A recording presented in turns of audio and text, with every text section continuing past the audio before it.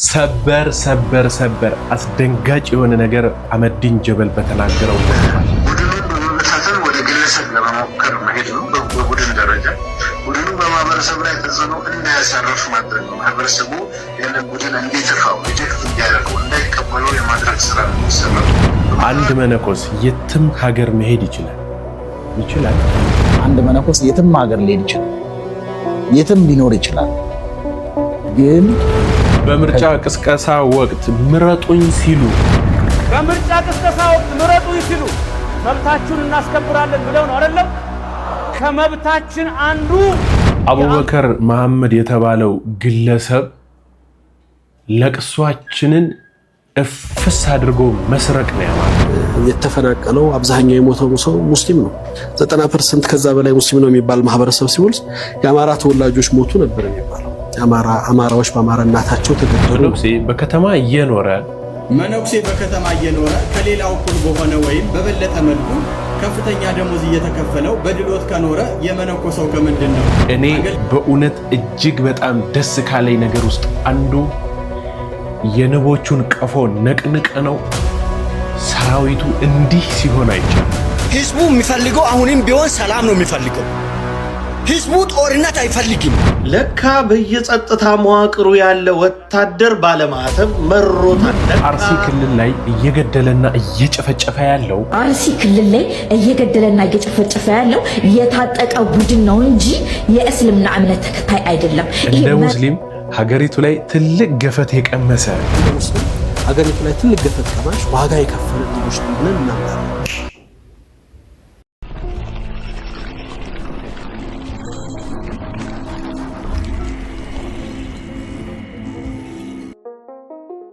ሰላምና ጤና ፍቅርና በረከት አንድ ላይ አድርጎ ያድልልን። የተወደዳችሁና የተከበራችሁ የክርስቶስ ቤተሰቦች እንዲሁም የግዕዝ ሚዲያ ቤተሰቦች እንደምን ሰንብታችኋል? እንደምን ሳላችሁ? እግዚአብሔር አምላክ የተመሰገነና የተከበረ ይሁን፣ እንዲሁም የተወደደ ይሁን። እንግዲህ ያያችኋቸውን ዛሬ እጅግ በጣም ለኛ የሚያስፈልጉንን ቪዲዮዎች ሰበር ብለን ልንላቸው የሚገቡ የሚያክሉ ዜናዎችንና ወቅታዊ ጉዳዮችን ይዤላችሁ መጥቻለሁ። የምንከታተላቸው ይሆናል። እንግዲህ አህመዲን ጀበል ታላቅ የሆነ ምስጢር በውስጥ መስመር የተቀዳው ወጥቶበታል። እሱን የምናየው ይሆናል ማለት ነው። እንዲሁም ደግሞ አቡበከር ለቅሷችንን እንባችንን ለመቀማት የሄደበት ርቀት በጣም ነውር ነው። በእውነት በአንድ ኢትዮጵያዊ ላይ በሚደርስ ችግር ላይ እንዲህ አይነት ማላገጥ ልናላግጥ አይገባም ብዬ አስባለሁ። አንድ መነኩሴ ደግሞ የትኛውም ሀገር ሊሄድ ይችላል ወይም አንድ መነኩሴ ምንም ማድረግ ይችላል የሚል የሐሳብ ያነሱ የኢትዮጵያ ኦርቶዶክስ ተዋሕዶ ቤተክርስቲያን መነኩሴ አሉ። ፍጹም ስህተት እንደሆነና ፍጹም እንደማይገባም ይዤላችኋለሁ። ብረታብ እንግዲህ መምህር ያው ወደ ሀገር ውስጥ እየገባ ነው፣ ገብቷል ይመስለኛል። ስለዚህ እንግዲህ አንዳንድ እንቅስቃሴዎችን ማድረግ ጀምሯል። ቆንጆ ነው። እኛም ልንተባበር ይገባል ባይ ነኝ። ይሄ ልጅ በጣም ነበረ የምከታተለው በፊት፣ እወደዋለሁ። ትረካ ያቀርባል፣ የተለያዩ ነገሮችን የድሮ ይሄ 90 ምናምን ብለን ደስ የሚሉንን ነገሮች ምናምን ይነካካቸው ነበር። ነገር ግን ጀርባውን እያጋለጠ ቀን ሲረዝም እውነታው እየታወቀ ይመጣል። እንደዛ አይነት የበርዝ ብልቃጥ ሆኖ አግኝቼዋለሁና እንድትጠነቀቁት ጭምር ለመረጃ ነው ይዤላችሁ የመጣሁት። እንደ ሙስሊም ሀገሪቱ ላይ ትልቅ ገፈት ቀማሽ ዋጋ የከፈለን ህዝቦች ነን ብለን እናምናለን። ባለፉት በጣም በጥቂት ዓመታት ጊዜያቶች ውስጥ እንግዲህ አማራ ክልል እስቴን ጨምረህ ጎንደር፣ ሞጣ፣ ተያያዥ አካባቢዎች ላይ በየቦታዎቹ ላይ በወለጋም በሌሎች አካባቢዎች ላይ ቁጥር የሌለው ሙስሊም በእምነቱ ሲገፋ በግልጽ ጦርነት ታውጆበት መስጊድ ለማቃጠል ተመቶ በአንድ ምሽት 4-5 መስጊድ ሲቃጠል አይተናል አይደል? ሰምተናል። ከቤተክርስቲያን እየተጨፈረ ተወጥቶ ቀብራት ቀብሩም ተብሎ ጎንደር ላይ ጀናዛ ቁሙ መሳሪያ ተደግኖ መስጊድ ላይ በተኩስ ተከፍቷል። ሰዎች ተገለዋል፣ ታስረዋል።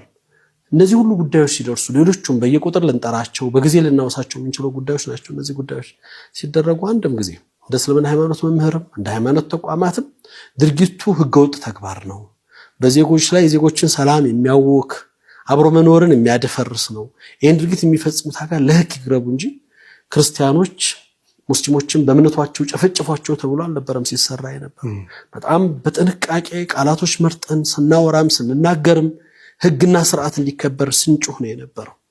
በተቃራኒው ያለው ወገን ደግሞ ቤተ እምነት ላይ ቁሙ እየፎከረ መሳሪያ ይዞ ለአንድ እምነት ጠበቃና ለእንታ እንደሆነ እያወጀ የሚታገልለት ዓላማ ቤተ እምነቱ እንደሆነ እያወሳ እየተናገረ ጦርነት እያወጀ ገዳይ ነፍስን የሚያጠፋ ደም የሚያፈሰው ዛሬ ሰላማዊ ተበዳይ ተገዳይ ስለ ሰላም እየሰበከና እየጮኸ ያለው ተገፍቶም ተበድሎም ህግና ስርዓት እንዲጠበቅ የሀገር ሰላም እንዲረጋገጥ ህዝቦች በጋራ መኖር እሴታቸው ተጠብቆ እንዲኖር ለማድረግ እየለፋና እየተጨነቀ ያለው ሰው ደግሞ ስም ተሰጥቶ የሌላ አካል ለማድረግ የሚደረጉ ጥረቶች በጣም ያሳፍራሉ ያሳዝናሉ። እንግዲህ ይሄንን ቪዲዮ ይዤላችሁ የመጣሁት ይሄ ሰውዬ እያደረገ ያለው አሁን ኦርቶዶክሳዊት የሆነች ቤተክርስቲያን እየታረደች እየተጨፈጨፈችና እየተቃጠለች ስለሆነ ያንን ድምጽ ብዙ አካላት ወጥተው እየጮሁትና ለብዙ ዓለም እያዳረሱት ስለሆነ ያንን ነገር ለመቀማት ነው። እኛም ተበድለናል እኛም እንዲነን ብሎ ያለፈ ታሪክ ያው እርሱ ባለው ልክ ያልተፈጸመ በፍጹም ያልሆነ ባህር ዳር ላይ እኮ በንፋስ አማካኝነት በስርዓት ሳይታጠር ቀርቶ የተደረመሰ የመስጊድ አጥር ክርስቲያኖች ጨፈጨፉን መስጊዳችንን ደረመሱት አቃጠሉ ምናምን ተብሎ ተወርቶ ነበር። ነገር ግን ያንን አያችሁ አይደል? አሁን ያለንበትን ይሄን ነገር ለመሻር ለማንሳት ስለፈለገ ብቻ እንዲህ አይነት ነገር ሰጠ። በነገራችን ላይ በሸገር ሲቲ ከ30 በላይ መስጊድ በኦሮሞ አገዛዝ ሲናድ ሲደረመስ ወይ ሲጠፋ ጸጥ ነው ያለው። አሁን ሙስሊሙ ተበደለ ብሎ ያነሳቸውን ቦታዎች አይታችኋቸዋል። እንዳለ ሰሜናውያኖቹን ነው አማራዎቹን ነው ሰብስቦ በጎንደር በምን በባህር ዳር በእንትን ምናምን እያለም ያነሳቸው። ግን በኦሮሞማው ወደ 30 ምናምን የሚሆኑ ሸገር ሲቲ ውስጥ ሲጠፉ ወይም ደግሞ ሲወድሙ ምንም ነገር አላለም። ጩኸታቸውንም በዛኛው ላይ አያሰማሩ። ምክንያት ከነሽ መስልስ አብዲሳ ጋር የተያያዘ ነገር ነበረ ያ ነገር። ስለዛ ነገር ካወራ ምን እንደሚከተለው ያውቃላ። ስለዚህ ነው ይሄን ነገር እያደረገ ያለውና እጅግ በጣም የገረመኝ አሁን እኛ በምንጮህበት ሰዓት እነሱ ምንም ባልሆኑበት ሰዓት እንደዚህ አይነት ኢንተርቪው ወጥቶ ከፍ ለማድረግ ለማስጮህ ብዙ ሰው ጋር እንዲደርስ ለማድረግ መሞከር እያደረገ ጩኸታችንን ለመቀማት ለቅሷችንን ለመቀማት እየተደረገ ያው በእነሱ አገዛዝ ውስጥ በእነሱ ስርዓት ውስጥ ነው አሁንም ቢሆን ቤተክርስቲያናችን እንዲህ የሆነች ያለችው። እነሱም ናቸው ስራቸውን የሚሰሩትና ወሃቢያ ላለመባል ነው እንጂ ይሄ ሰውዬ ወጥቶ መልስ ያልሰጠው ከነፎይ ጋር ቢቀርብ ሙሉ በሙሉ ይሄ ሰውዬ ወሃቢያ እንደሆነ የሚያስታውቁ ብዙ ነገሮች አሉበት። እንደዛ ነው። አበዲን ጀበል ምን እንዳለ ልስማት ላሰማችሁ በእናታችሁ። እንዳ የኃይል የማምከን ስራ ነው የሚሰራ። ግለሰቦች ተደራጅተው ቡድን እንዳይፈጥሩ ማቀብ ነው። እያንዳንዱ ውስጥ ሁለት ነገሮች ናቸው። ቡድኑን በመበታተን ወደ ግለሰብ ለመሞከር መሄድ ነው። በቡድን ደረጃ ቡድኑ በማህበረሰብ ላይ ተጽዕኖ እንዳያሳርፍ ማድረግ ነው። ማህበረሰቡ ያንን ቡድን እንዲተፋው ሪጀክት እንዲያደርገው እንዳይቀበለው የማድረግ ስራ ነው የሚሰራው። በማህበረሰብ ደረጃ ከሆነ ደግሞ ማህበረሰቡን ወደ ቡድኖች መከፋፈል ነው ጥረት የተለያዩ ቡድኖች ማለት። ሁለተኛ ደረጃ ደግሞ ማህበረሰቡ በሀገር አቀፍ ደረጃ ተጽዕኖ እንዳይኖረው ማድረግ ነው የሚሰራ። ይህም አልሆነም ካለ በሀገር አቀፍ ደረጃ የሀገሪቱ ህዝቦችን ወደ ማህበረሰቦች በመከፋፈል አንድ ተጽዕኖ ፈጣሪ የተባለው ማህበረሰብ በሀገር ደረጃ የነበረውን ኢንፍሉዌንስ ማሳጣት ነው። ይህም አልሆነም ካለ ሀገሪቱ ተጽዕኖ ፈጣሪ እንዳትሆን ራሷ ሀገሪቷ ላይ ነው ታርጌት ተደርጎ የሚሰራ። በዚህ ልክ ነው ይህን ማህበረሰብ ለመበታተን ለመጉዳት እየጣሩ ያሉት። ለሚመለከተው ህግ ክፍል ህግ አካላት እንዲደርስ ቪዲዮን ሼር፣ ኮፒ ሊንክ፣ ሪፖስት ዱዊት አድርጉት፣ አድርሱት እኮ በግልጽ ምንም እንደዚህ በሌለበት ግልጽ እና ሀቅ እውነት በሆነ መንገድ እኮ ቀጥታ ወንጀል ነው በእውነት። ግን ይህንን እየሰማ መቼም አገዛዙ በዚህ ላይ እጁን አያነሳም፣ ሐሳብም አይኖረውም። ሲጀመር እሱ ጆሮም አይደርስም ማለቴ እንደደረሰ አናውቅ እኛ። እነሱ ደብል ደርበው ነው የሰሙት እንደዚህ አይነት ነገሮችን ተባብረው ነው አውቀው ይሄን ነገር የሚያደርጉት። በዚህ ልክ ህዝቡን የማምከን ስራ ተማክረው እየሰሩ እያደረጉ ነው ያሉት። ከዛ ግን ደግሞ መለስ ብለው በዚህኛው በኩል ኦርቶዶክሱ በጣም በድሎናል፣ በዚህ ቦታ መስጊዳችን ተቃጥሏል፣ ተደርምሷል፣ ሰው እንደዚህ ሆኗል ምናምን ይላል። አንዲት ቤተክርስቲያን ይሄን ነገር ፍጹም አድርገው አታውቅም በእውነት። በተለያየ ጊዜ ወደ ሀገራችን ወደ ኢትዮጵያ መጣ። ህዝቡን ያገኘው ቁርአን ይዘው የመጡት ህዝቡን ያገኙት ከመካ መዲና ከአረብ ምድር አይደለም፣ ይታወቃል። ካቶሊክ ከአውሮፓ አይደለም፣ ፕሮቴስታንት ከአውሮፓ ከአሜሪካ አይደለም ህዝብ ያመጡት። እነሱ መጽሐፍ ቅዱስ ይዘው አልፎ አልፎም ስንዴና ዘይት ይዘው ሊመጡ ይችላሉ። ሌሎችም ቁርአናቸውን ይዘው መጡ። ከየት ነው ህዝብ ያገኙት? ከኢትዮጵያ ኦርቶዶክስ ቤተክርስቲያን ጉያ ህዝብ ይዘው አልመጡ፣ ሐሳብ ይዘው መጡ። አንዳንዶቹ እርዳታ ይዘው መጡ። በመጀመሪያ ደረጃ በኢትዮጵያ ምድር የኦርቶዶክስ ክርስትና ከሰማይ የወረደ ፍጥረቱ ኢትዮጵያዊ የሚመስለው ሰው እልፍ አላፍ ነው። 40 ዓመቱም ይሁን 50 ዓመቱ በዚህ ጊዜ 60 ዓመቱም 70 80 ይሁን ኢትዮጵያ ውስጥ እንደተፈጠረና ኢትዮጵያዊ እንደሆነ ከሰማይ የወረደ እንደሆነ የሚያምን ብዙ አለ። እስከ መጨረሻው አብራችሁኝ ከቆያችሁ ያው ትሰሙታላችሁ። ሆኖም ይህ ፈጽሞ ስህተት የሆነ ነገሩን ግን ማወቅ ያስፈልጋል ማለት ነው። ምክንያቱም ሁላችንም የመጣነው ከውጭ ነው።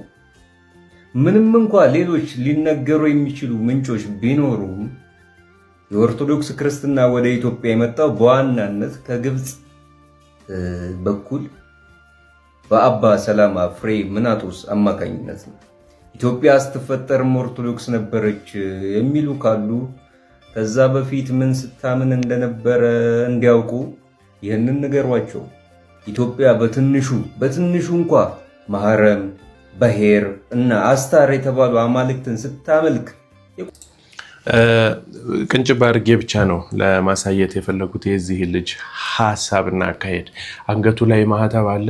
ገብታችሁ አካውንቱ ላይ ቼክ ብታደርጉት ኪዱ ነው ምናምን የሚል እንትን ቲክቶክ ላይ የሆኑ ግጥሞችን ወይም ደግሞ ሐሳቦችን የተለያዩ የሰው መጽሐፍቶችን እያነበበ የሆነ ዘጠናስን ለማስታወስ 19 የምንላቸው አሉ አይደል? እነሱን ለማስታወስ በሚመስል አይነት መንገድ ነበር የሚሄደውና ብዙ ሰዎች ይከተሉት ነበረ። ነገር ግን ቀስ እየተባለ የት እንደተደረሰ እዩት። አንድን ሰው ስትቀበሉና ስትወዱ ሙሉ በሙሉ መሆን የለበትም። በእውነት በጥርጥር በመጠራጠር ውስጥ መሆን መቻል አለበት። ዝም ብለንማ እንደተሰጠን ከሆነ የምንቀበለው እዚህ ደረጃ ላይ እንደርሳለን እና የምትከተሉትን ወቁ። በጣም በተደጋጋሚ ገብታችሁ ብታዩት ብዙ የሆኑ እንትኖች አሉበት። ወደ ሙስሊሙ የሚያደላ ግን ኦርቶዶክስ ነኝ ብሎ ነው የሚያምነው። ግን ነገሮቹ እንዳሉ ለምሳሌ ግራኝ መሐመድ ኢትዮጵያን አላፈረሰም አላቃጠለም ብሎ ከሚያምኑ ሰዎች ውስጥ አንዱ ነው።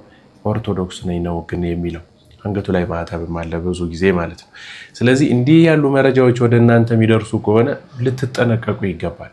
እንዲህ ያሉ ሰዎች ናቸው ውስጥ ለውስጥ ሆነው የሀገርም የሃይማኖትም ባንዳዎች የሚሆኑት ማለት ነው። በእምነት አውቃችሁና አምናችሁ ልታወሩት ልታግዙት ትችሉ ይሆናል። ግን እንዲህ አይነት ሰዎች ናቸው ባንዳዎች።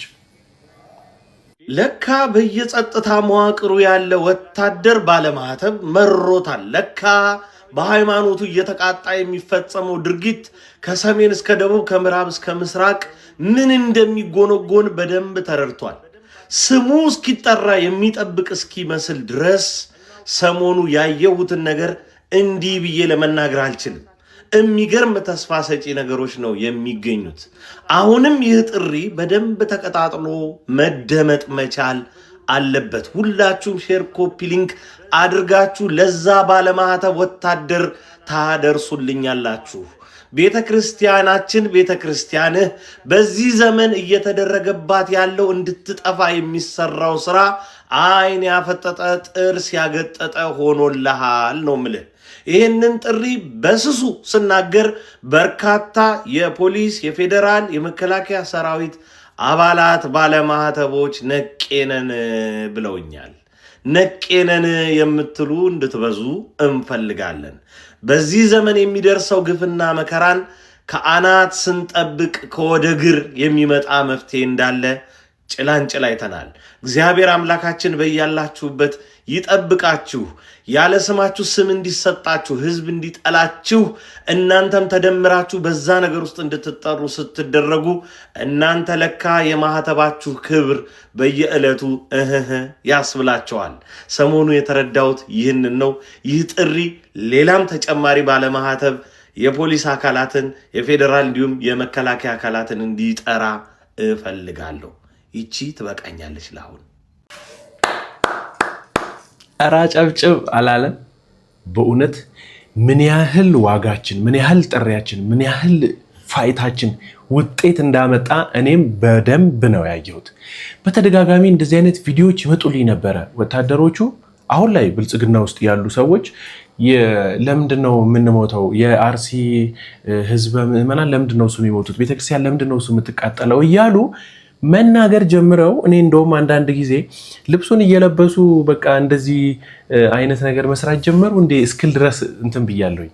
አሁን ከቴዶ ጋር ባለው ነገር በጣም ቆንጆ ነው፣ እግዚአብሔር ይመስገን። በቃ ጥሪውን እየሰሙ የመጡ የገቡ ሰዎች ምናምን አለንላችሁ፣ ከጎናችሁ ነን፣ እዚህ መሆናችን ለእናንተ መልካም ነው ያሉ ብዙ ናቸው። ይሄ ጭብጨባ ይገባዋል። የምር ለካ በእውነትም ማህተባቸው አሁንም አንገታቸው ላይ ናት ያለችው እና አሁንም ያቺን ጥሪ የሰማችሁ ሰዎች አሁንም በዚህ ውስጥ መካተት አለባችሁ። የቀራችሁ፣ የተዋችሁት፣ የረሳችሁት አንድ የደውላችሁ ያቆማችሁ ሰዎች አላችሁ። ዛሬም ደውሉ፣ ነግሬያችኋለሁ። በእውነት ነገ እንዲህ ብሎን ነበር እንዳትሉ።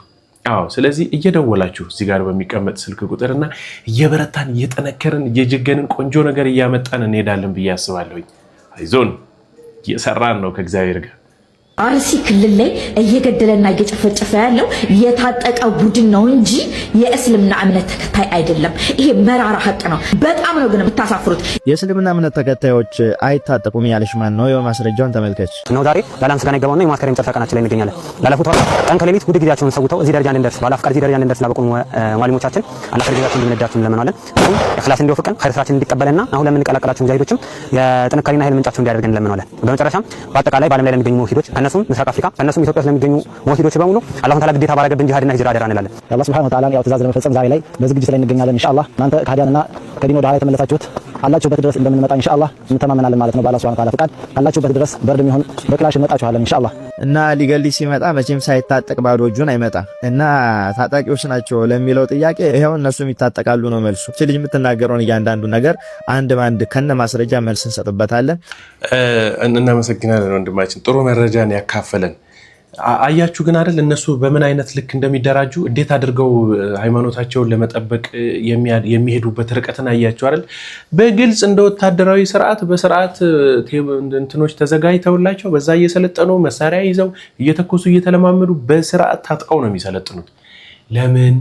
ሃይማኖታቸው ይሄንን ይፈቅዳል።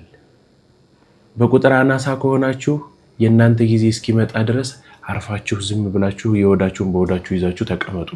እናንተ በቁጥር ግን የበለጣችሁ ጊዜ አጥፏቸው፣ ደምስሷቸው፣ ግደሏቸው፣ እረዷቸው የሚል ህግም ስርዓትም አላቸው። ያንን ነገር ለማድረግና እዛ ውስጥ ለመኖር ይሄው እነሱ በዚህ ልክ ነው የሚደራጁት፣ የሚሰሩት፣ የሚኖሩት። ታዲያ እናንተስ ኦርቶዶክሳውያኑስ ኢትዮጵያውያኖችስ? እኛ እኮ ኢትዮጵያውያን ነን። እማንደፈር በእውነት ለጠላት ክንዳችንን የማንሰጥ ከሆነ ስለዚህ እኛም በቻልነው አቅምና ልክ በራሳችን መንገድ ልንደራጅና ከፍ ልንል ይገባል ብዬ አስባለሁ። እህታችን የታሰረችባቸው ምክንያቶች ብዙ ናቸው። በጣም ብዙ ኢትዮጵያዊነትን ታቀነቅናለች፣ ሚዲያ ላይ ትናገራለች። ስለ አርሲ ኦርቶዶክሳውያን ስለሚገደሉ ኢትዮጵያውያን በደል ስለሚደርስባቸው የኢትዮጵያ ታሪኮችን አዛብተው የሚገልጹ እየወጣች ትሞግታለች፣ ሀሳብ ታቀርባለች። አሁን ከሰሞኑ አቅርባ ተከሳበታለች የሚባለው ቪዲዮ ይሄኛው ቪዲዮ። መንግስትም ቢሆን የራሱን ቻናል ብቻ ነው የሚከፍተው። ለዛ እኮ ነው መረጃ የማይደርሰው። ንጉስ ደንገጡር የማይለየው ሰኔና ሰኞ ገጥሞልሻል ኢትዮጵያ ወይ ጨው ለራስ ስትል ጣፍጥ ብላለች ብላችሁ ንገሩልኝ። ትናንትና ደጋጎቹን ነገስታትም ይሁን ክፉዎቹን መሪዎች ሁሉ ጠራርጎ የወሰደው ሰኔና ሰኞ ይሄው ገጥሟል። ረሃብ፣ ቸነፈር፣ ጦርነት፣ ችግር፣ ድርቅ ሁሉም ሰኔና ሰኞን እየታከከ ነበር ሀገራችን ላይ የተፈጸመው። ይሄው አርሲ ላይ ዛሬም ኦርቶዶክሳውያን እየታረዱ ነው። ስለ ፍትህ የመንግስት ያለ እያለ ህዝብ እየተጣራ ነው። ፍትህን ይሰጠኛል፣ እንባዬን ያብስልኛል ላለው አካል ዛሬም እያለቀሰ ነው። ድንገት ግን እንባ አባሹ ፍቅ ይለን። እንዲያውም እኔ ይሄ መረጃ አልደረሰኝም። ተከሰተ የተባለው ነገር እንዲያውም እኮ እዛ ላይኛው መንደርና እዛ ታችኛው ሰፈር ተፈጽሞ ቢሆን ኖሮ የሁሉ ጩኸት ባልተሰማ ነበር ብሎ ተሳልቆ ጩኸትን ይቀማል። ጩኸት ቀሚው እሱ ብቻ አይደለም፣ የእሱ ጀሌዎችም ይከተላሉ። ትናንት ያልጮኸ ዛሬ መጮህ የለበትም፣ ትናንት የተዛ ቁስል ያልተሰማው ዛሬ የዚህኛው ቁስል ሊሰማው አይገባም የሚለውን ፕሪንሲፕል ማን እንዳጸደቀው ባላቅም የትኛው አድርባይና ፌርነስ ተጫዋች ጨዋታ እንደሆነ ባይገባኝም ቅሉ ግን ይሄው ተሰድረው በየኮመንቱ ጭራሽ የሚከተላቸውን ህዝብ ተማምነው ትናንትና አክሱም ላይ ያው ሁሉ ካህናት ሲታረድ ቤተክርስቲያን ሲቃጠል የት ነበርሽ አንቺ መርጦ አልቃሽ እያሉ ይዘባበታሉ። አንድ የተሳሳታችሁት ነገር እናንተ ዛሬ እየተዘባበታችሁ ያላችሁት ባልቃሹ ላይ አይደለም በሟቹና ነገ በሚሞተው ላይ ነው። እናንተ ብሔረሰብና ሃይማኖት ለይታችሁ ስትቋጠሩ ዛሬም የሚሞተው ሰው ቁጥሩ እየጨመረ ይሄዳል። እንደው በጋራ ለሀገር አንድነት ለጋራ እሴት መቆም ቢያቅተን እንኳን በጋራ ማዘን እንደምን ተሳነን ወገኖች።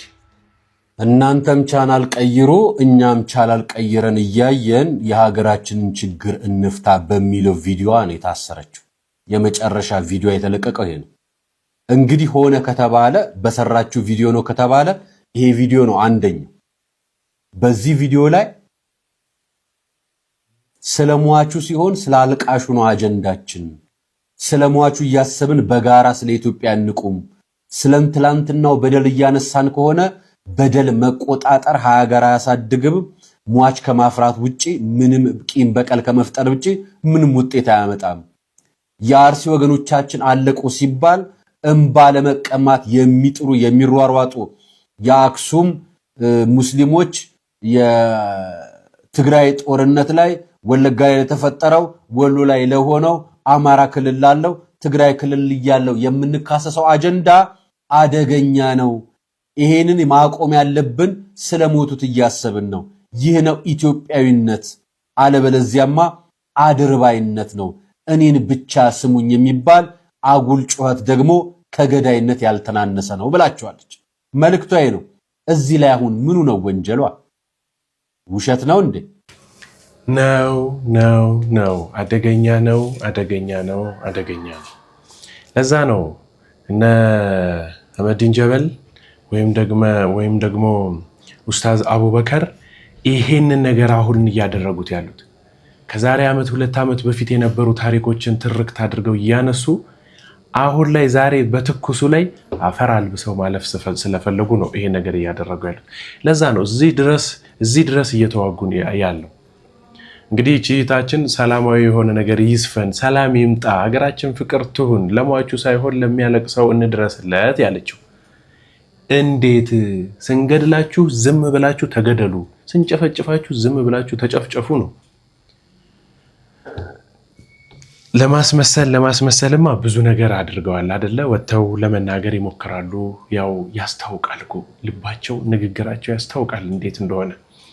ያንን ብዙዎቻችን ተምረን አልፈንበታል። ቀን ያልፍና አዲስ ቀን መጥቶ እግዚአብሔር ይችን ሃይማኖት ይችን ሀገር ወደ ቀናው ተራራ ወደ አምባው ከፍ ብላ እንደምትሄድ እናውቃለን። እዛ ድረስ ግን መታገል ይኖርብናል። ይዘን የምንሄደው ስላለ ባዶ እጃችንን እንዳንሆን እናቆያት። አንድ መነኮስ የትም ሀገር ሊሄድ ይችላል፣ የትም ሊኖር ይችላል። ግን ከገዳማዊ ሕግ፣ ከገዳማዊ ስርዓት፣ ከገዳማዊ ባህል፣ ከገዳማዊ ትውፊት፣ ከገዳማዊ ቀኖና፣ ከገዳማዊ ሕይወት መውጣት ግን አይፈቀድለትም። አንደኛው ግን ከቦታ አንጻር እንደ ጥንቱ ሳይሆን እንዳሁኑ እናውራ። አሁን ላይ ከከተማ ወጥ ያሉ ገዳማት አሉን። ያሉትም ገዳማት እንደነ ሲና በረሃ አይደሉም። ወይ ደግሞ የሴት ድምፅ የማይሰማበት ድምፅ አራዊት የሌለበት እንስት ላምና ተባይት ከብት የማይገባበት አይደለም። አሁን እንደዛ ዘመን ማሰብ አንችልም። በዓት ተወስኖ ከመኖር አንጻር ደግሞ መነኮሳት በበዓት ተወስነው እንዲኖሩ ደግሞ ይታዘዛሉ። ከገዳም እስከ ቦታ ከመወሰን አንጻርስ መውጣት ይችላሉ ወይ ለሚለው ጥያቄ አዎ ይችላሉ ነው። መነኩሴ የግድ በገዳም ይኖር አይባልም። መነኩሴ በየትኛውም ቦታ መኖር ይችላል። አሁን ከቤተክርስቲያን አስተምሮ አንጻር ነው። መነኩሴ በዓለም መነኩሴ በከተማ አይኖርም። አያሰናብቱት፣ በዓለማውያን መካከል እንዲኖር አያሰናብቱት ብሎ ፍትሐ ነገሥቱ አንቀጽ 10 አስቀምጦ ሶስቱ መጽሐፈ መነኮሳትን በዝርዝር የሚናገሩት ይሄንን ነው። ግን ከዛ በኋላ ምን የሚል ጨመሩበት? ከህገ ገዳም ከስርዓተ ገዳም አይውጣ እንጂ የትም ቦታ መኖር ይችላል። ህገ ገዳም ቁጥር 1 በህገ ገዳም በገዳም መኖር ነው። ሌላው ቀስ ብሎ ነው። የገዳም ትልቁ ህግ ቢያንስ ገዳሙን አለመልቀቅ። በገዳም መግፋት ይፈተናሉ፣ ግን ተስፋ የሚያደርጉት በቃ እንዳሻው ቢያንስ ገዳሜን ካላስለቀቀኝ በኃጢአት ጥላቸው ይታገላቸዋል፣ በደዌ ይታገላቸዋል፣ በምኑም በዘመድ ፍቅር ይታገዛቸዋል፣ ዘመድ ይናፍቃል። ያ ሁሉ ሲታገላቸው እያለቀሱ በቃ ቢያንስ ገዳሜን ካላስለቀቀኝ ተመስገን ነው። በአካል ያሉ መነኮሳት እንደዛ የሚሉ ናቸውና ህገ ገዳም፣ ስርዓተ ገዳም፣ የገዳም ትውፊት፣ የገዳም ቀኖና የሚባል ቁጥር 1 በገዳም መኖር ነው። ሌላው ከዛ በኋላ የሚመጣ ነገር። መጀመሪያ ሰው በገዳም ሳይኖር አዲስ አበባ ተቀምጦ ሰው የገዳም ህግ እንዴት ይሰራለታል? ሐዋሳ፣ ደሴ፣ ባህር ዳር ተቀምጦ አንድ ሰው እንዴት የገዳም ህግ ይሰራለታል? ማል ከተማ ቁጭ ብሎ በከተማ ላለ ሰው የጫካ ገዳም ማለት ዞሮ ዞሮ ትርጉሙ ዱር ጫካ ስለሆነ 4 ኪሎ ላለ ሰው የጫካ ህግ የገዳም የበረሃ ህግ እንስራላ አይባል፣ ነውር ነው። ድሮ ጊዜ አንድ የቅድስት ሥላሴ በስተጀርባ ያለው በዓለ ወልድ ጥንታዊ ቤተክርስቲያን አለቃ የነበሩ እዛ ገዳም ልናረገው ነው ተብለው ንጉሱም ጳጳሳቱም ያማክሯቸዋል። ገዳም ልናረገው ነው ብለው ከዛ በኋላ መቼም እሳቸው እንዳይቆጥ ተብሎ እስኪ እንጡ ምን ይላሉ? ገዳም ልናረገው አስበናል አሉ። እንደ የሆነው ሲሆን እንዴት ብላችሁ ልትጠሩት ነው? መቼም 4 ኪሎ ብሎ ገዳም የለ አሉ ይባላል። አሁን ከተማ ተቀምጦ ገዳም አይባል ነው። ስለዚህ በየትም ቦታ ይኖር ህገ ገዳም ይጠብቅ የሚለው ነገር አያስኬድም። የመጀመሪያው የህገ ገዳም መጠበቅ ማለት በገዳም መኖር ነው። ፍጹም ነው የማያስኬደው። ከዚህ በፊት ይሄንን ቪዲዮ በቋንቋይነሽ ሚዲያ ላይ ጠቢበ ጠቢባን ብሎ በሚያቀርበው ልጅ በሱ ልጅ አማካኝነት እዚህ ቆርጬ አምጥቼው ነበርና ይሄ ነገር ስርዓተ ቤተክርስቲያንን አያፈርስም ወይ? ትክክል ነው ወይ? ይቻላል እንዴ? እንደዚህ አይነት ነገር ውሸት ተደጋግሞ ሲነገር እውነት ሆና ታየችን እንዴ ብዬ በሰራሁት ቪዲዮ ላይ የአገር ህዝብ ነው የጨፈጨፈኝ። የአገር ህዝብ ሲጀመር እኚህ መነኩሴ ከጨረቃ ጳጳሳት መካከል አንዱ ነበሩ። ታስታውሱ እንደነበረ በዚህ በምስሉ ላይ እንደምትመለከቱት ቅዱስ ሲኖዶስን ሽረው ከትዕዛዙ ውጪ ሆነው ወጥተው ነበረ።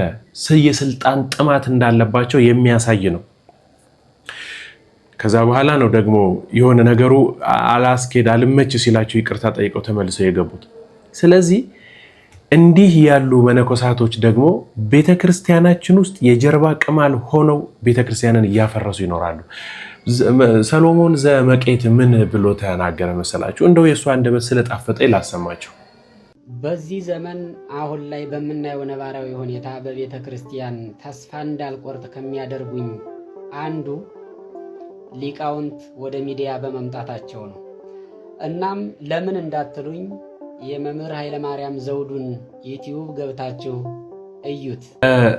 ሰሎሞን ዘመቄት የኔታ ጥቆማው በጣም ጥሩ ነው፣ ደስ የሚል ነው። ሁላችንም ሰምተን ገብተን ብንመለከተውና ብናይ የእሳቸውንም ዩቲዩብ ቼክ ብናደርገው መልካም ነው።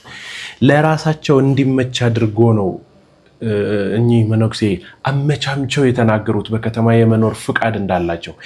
እኔ በጣም ባለጌ ነህ፣ ሰው ሲያልፍለት ሰው ሲያምርበት ትቀናለህ ምናምን ብላችሁ እሙኝና አንድ ነገር ልንገራችሁ። እኚህ መነኩሴ በእውነት ነው ምላችሁ፣ በምቾት በቤተ መንግስት ውስጥ የሚኖር ሰው እንደዚህ ቆንጆ አይሆንም። ስለ ተፈጥሮ ውበት አይደለም ያወራኋችሁ፣ ስለ ንጽህና መታጠብ አለመታጠባቸውም አይደለም። ፉዲዝ ሜጋፕ አይደል እንደሚባለው የሚመገቡት ምግብ ነው በሰውነታቸው ውስጥ ወጥቶ የሚታየን። የሚለብሱትን ልብስ ይዩት፣ ማች ነው ሁል ጊዜ የሚያደርጉት። ለአይናቸው ጥንቃቄ በውድ ሆስፒታል ሄደው ታክመው ውድ መነጽር አድርገው ነው። እነማ ሞተ የተባለው ይሄ ሰው መነኩሴ በከተማ እየኖረ ከሌላው እኩል በሆነ ወይም በበለጠ መልኩ ከፍተኛ ደሞዝ እየተከፈለው በድሎት ከኖረ የመነኮሰው ከምንድን ነው? አገልጋዮች በከተማ ባልጠፉበት ሁኔታ የመነኮሳት በከተማ ውስጥ መበራከት አግባብነቱ ከምን አንጻር ነው? መነኮሳት በዓለም ውስጥ በቅንጦትና በተመቻቸ ኑሮ ከኖሩ የተለዩት ከምንድን ነው? ሞቱ የምንለውስ ከምቾት ከድሎትና ከስጋዊ ዓለም አይደለምን? ይሄ ጥያቄ እንድጠይቅ ያደረገኝ በቅርቡ በሚዲያ ሲዘዋወር ያየሁት ሰጣ ገባ ነው። የምንኩስና ሕይወትን በተመለከተ መምህር ኃይለ ማርያም ዘውዱ መነኩሴ በከተማ ይኖር ዘንድ አልተፈቀደለትም ብለው ያስተማሩ ሲሆን በእሳቸው አንጻር ደግሞ አባ ጸጋ ዘአብ መነኩሴ በከተማ ይኖር ዘንድ ትክክል ነው በሚል አስተምሮት አስተባብለዋል። ሁለቱም ሊቃውንት በሊቅነታቸው የምንወዳቸው የምናከብራቸው የቤተ ክርስቲያንም የኔም መምህራኖቼ ናቸው። ነገር ግን ቃሉ መንኮሰ ሞተ ነው። የግዕዙ አንቀጽ እንደሚነግረን ሞተ ማለት ተለየ ማለት ከሆነ ምንኩስና ማለት መለየት ማለት ይሆናል ማለት ነው። ስለዚህ የመምህራኖቻችን ሰጣ ገባ የቱ ጋ ነው ትክክል የሚሆነው? ስለዚህ መነኮሳት ማለት የተለዩ ማለት ነው። መጽሐፍ ስለ ምንኩስና እንዲህ ይላል፣ ስለ ክፉ ምኞት በዓለም ካለው ጥፋት አምልጣችሁ ከመለኮት ባህሪ ተካፋዮች በተስፋ ቃል እንድትሆኑ በእነዚያ ክብርና በጎነት የተከበረና እጅግ ታላቅ የሆነ ተስፋን ሰጠን ይላል ሐዋርያው ቅዱስ ጴጥሮስ ሁለተኛ ጴጥሮስ ምዕራፍ 1 ቁጥር 4 ላይ። ተግባራዊ አደረግነው የቤተ ክርስቲያን አስተምሯን ግን እውነቷን ጥላሸት መቀባት አለብን ብዬ አላምንም። እኔ በግሌ ያልተረዳነው ልዩነት ሲመጣ እንደ ታናሽነታችን ከፍ ብለን የመጠየቅ መብቱ ስላለን ከዚህ አንጻር እኔ በግሌ መጠየቅ የምፈልጋቸው እነዚህን ከላይ የጠቀስኳቸውን ሶስቱን ጥያቄ ነው። ስለ ምንኩስና ከላይ በተቀመጠው መንገድ ከሆነ የምንረዳው መነኩሴ በከተማ እየኖረ ከሌላው እኩል በሆነና ወይም በበለጠ መልኩ ከፍተኛ ደሞዝ እየተከፈለው በድሎት ከኖረ የእውነት ታዲያ ለከተማ ምንኩስና ይፈቀዳል? እንደ ሥርዓተ ቤተ ክርስቲያን እንደ ቀኖና ቤተ ክርስቲያን አይፈቀድም። አገልጋዮች ከተማ ባልጠፉበት ሁኔታ የመነኮሳት በከተማ ውስጥ መበራከት አግባብነቱ ከምን አንጻር ነው? እንደውም የክህነትን አገልግሎት ማዳከም ማራከስ እየሆነ ይመጣል። መነኮሳት በዓለም ውስጥ በቅንጦትና በተመቻቸ ኑሮ ከኖሩ የተለዩት እስከ ምንድን ነው? ሞቱ የምንለው እስከ ምቾት ከድሎትና ከሥጋዊ ዓለም አይደለምን? ይህን ልናስተውል ይገባል ብዬ አምናለሁ። ከሁሉ በላይ በምትሆን ሐዋርያት በሰሯት በመካከላችን ባጸኗት በአንዲት ክብርት ቤተ ክርስቲያን እናምናለን። መንኮሰ ሞተ አይደል? ተለየ ተወ አይደል? በዚህ ልክ ተመቻምቸው ለመኖር ቦታውን እያመቻመቹት ይኖራሉ። በጣም እኮ ነው የሚገርመው። እንዲህ ያሉት ናቸው ታዲያ ከላይ ተቀምጠው እንደራጅ ቤተክርስቲያናችንን እናትርፋት የመጣብን ማዕት አለና እባካችሁን ስንል ወግድ ከዚህ ብለው የሚያባሩን ከቢሯቸው። ስንት ጊዜ እቺ ነገር ውስጥ ገብተን እንደወጣን መቼም ያባረራችሁ የምታውቁት ሰዎች ስለምታዩት ትዝ እንደምላችሁ እርግጠኛ ነኝ። ብዙ ነገር ይዘን መተን ብዙ ሐሳብ አመተን ጥሩ ነው ግን እኔ ብፈቅድ እንኳን የበላዮቼ እኔ ብፈቅድ እንኳን የበታቾቼ ይሄን ነገር አይስማሙም፣ አሁን ያሉበት ስህተት ተመችቷቸዋል ብላችሁ ያባረራችሁን ብዙ ናችሁ። እንተዋወቃለን ብዬ አስባለሁ። ቆርጠው የሚያደርሱላችሁ ይሆናል። እና ግን ሁሉም መነኩሴ እንደዚህ ይበድላል፣ ሁሉም መነኩሴ ተመቻምቾ ነው የሚኖረው፣ ሁሉም መነኩሴ ነገሮችን ለራሱ ነው የሚያመቻቸው ማለት ግን አይደለም። አባ ገብረ ኪዳን እንዲያሉ አሁን ለምሳሌ እኔ መጽሐፍ አስተምራለሁ። እኔ ችግር ከፈጠርኩ አባ ገብረ ኪዳን እንዲህ ያለ ችግር አለበት ይባላል እንጂ የኢትዮጵያ ሰባኪ ሁሉ ችግር አለበት አይባልም። መምህር ሁሉ ችግር አለበት አይባልም። መነኩሴ ሁሉ ችግር አለበት አይባልም። እንዲህ ያለ ያጠቃሎ ችግር በጣም አለብን። አንድ መምህር ቢሳሳት መምህራንን መተቸት፣ አንድ መነኩሴ ቢሳሳት መነኮሳትን ሙሉ ማጨድ መቱን፣ አንድ ጳጳስም ከተሳሳተ እንደዛው። ብቻ ጓደኛም ሁሉ አንዲት ሴት ባሏን ከካደች ሴት ከሃዲ ናት። አንድ ባል ሚስቱን ከካደ ወንድ ሁሉ ከሃዲ ነው። እንደዚህ የሚባል ነገር የለም። ይህ አጠቃሎ ይባላል። የመጽሐፍ ሁሉ ሌላ ነው። የእኛ ሁሉ ግን ትክክል አይደለም። የእኛ ሁሉ መታረም ያለበት ነው። አባ ገብረ ኪዳን ያነሷት ሐሳብ አሁን ከዛችኛዋ ጋር እንድታጠነክርልኝ ነው እቺን ይዤላችሁ የመጣሁት። እንዲህ ያሉ በጣም ትምህርተ ወንጌልን የሚያስተምሩን ሥርዓተ ቤተክርስቲያንን የሚያሳዩን በቃ መስመር የሚመሩን ደግሞ መነኮሳቶች እንዳሉ የምንኩስና ሕይወትን የነዛን የነ አባ ጳውሊን ሕይወት ሊያሳዩን የሚችሉ ደግሞ መነኮሳቶች እንዳሉ ማመን ይኖርብናል። እኔ እያልኩ ያለሁት ግን እነዚህን ሁለት ሰዎች እኛ ስንይዛቸው መርጠን እንያዛቸው፣ ስንከተላቸው አይተን እንከተላቸው ነው እና ለቤተ ክርስቲያናችን ውድቀት አሁን ላለችበት የእውነቴን ነው እላችሁ ለመነሳት እንደዚህ በዳዴ እንድትሄድ ያደረጓት እንዲህ ያሉ መነኮሳት ናቸው። በከተማ መጥተው እያውደለደሉ ከጸሎት ይልቅ ጥጋባቸውን ሆዳቸውን መርጠው የሚኖሩ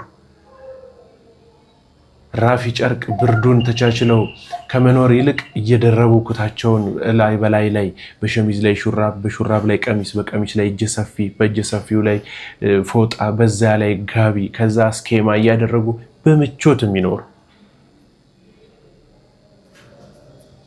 ልቦና ይስጥልን። እነዚህን በምርጫ ቅስቀሳ ወቅት ምረጡ ይስሉ መብታችሁን እናስከብራለን ብለው ነው አይደለም? ከመብታችን አንዱ የአምልኮ ስፍራችን ምን እንዲሆን ነው? ምን እንዲሆን ነው? እንዲከበር ነው። እስኪመረጡ ብቻ ለዛ መቀስቀሻ አድርገው ኋላ ላይ ግን ቦታውን ሲይዙ ኦርቶዶክስን ለማጥቂያ ካረጉት ስልጣኑን ወንበራቸው እሳት ሆኖ ይፈጃቸዋል። የተዋህዶ አምላክ አይተዋቸው። የቤተ ክርስቲያን አምላክ ምን አይላቸው? አይተዋቸው። ምክንያቱም እኛ ኦርቶዶክሳውያን በተነካን ቁጥር ባሰደዱን ቁጥር እየጨመርን እንሄዳለን። የማን ቃል ኪዳን ስላለ? እግዚአብሔር። የማን ኃይል ስላለ? የእግዚአብሔር። ኦርቶዶክስ አጥፊዎቿ ምን ይላሉ? ያከበሯት ግን ያከበሯት ኦርቶዶክሳን አንደኛ ወደ ማን እንጸልይ? ወደ ማን እንበርከክ? ወደ እግዚአብሔር እንድንበርከክ። እንግዲህ ዛሬ አዘገጃጅቼ ያቀረብኩላችሁ ቪዲዮ ነው። ቀጠሮ ላስይዛችሁ ነው። እግዚአብሔር እንደወደደ ትዝ ባለኝ ቁጥር ይሄን ነገር እያደረኩ ሄዳለሁ ከዚህ በኋላ ብዬ አስባለሁኝ። ቀጠሮ ላስይዛችሁ። ይሄንን ቪዲዮ በሚቀጥለው ቪዲዮ ስመጣ ወደ እናንተ ይዤላችሁ እምመጣ ነው የሚሆነው። ትኩረት እንድትስብ እችን ቪዲዮ ሰጥቻችሁ ልሂድ። አብ ይጣዳል፣ ወልድ ይፈላል፣ መንፈስ ቅዱስ ይገነፍላል። ጻፍ። በይቅር ባይ ልብ ላይ አብ ይጣዳል፣ ወልድ ይፈላል፣ መንፈስ ቅዱስ ይገነፍላል። ዮናታን አክሊሉ ወደፊት 5 ዓመት ድረስ የሚያስተምርበትን ርዕስ አግኝቷል። ከምን ላይ እንዳገኘው ለምን እንደተባለ ማን እንዳለው በደንብ ወደ እናንተ በዝርዝር የማመጣላችሁ ነው የሚሆነው። ቀጠሮዬ ይቺ ናት። በሚቀጥለው መርሃ ግብር የመጀመሪያ ቪዲዮ አድርጌ አመጣላችኋለሁ ማለት ነውና እንግዲህ ከ5 ዓመት በኋላ ደግሞ ይቅርታ ጠይቆ እንዲህ ያልኩት በስህተት ነው እንደዚህ የሚባል ነገር የለም እስኪለን ድረስ ለ5 ዓመት የምትሆን ርዕስ አውጥቶ ጀምሯል። እንዲህ ካለ አስተምህሮ እንዲህ ካለ ቤተ እምነት እግዚአብሔር ሁላችንን ይሰውረን። ተዘጋጅተው የቀረቡላችሁ ቪዲዮዎች እነዚህን ይመስሉ ነበረ። በሌላ መርሃ ግብር ተገናኝተን ዳግም እስከምንማማር ድረስ ቸሩ እግዚአብሔር አምላካችን ሀገራችንን ኢትዮጵያን፣ ሃይማኖታችን ኦርቶዶክስ ተዋሕዶ ቤተክርስቲያንን እቅፍ ድግፍ አድርጎ ይጠብቅልን። ስብሐት ለእግዚአብሔር። ሰላም ቆዩኝ። ቸር እንሰንብት።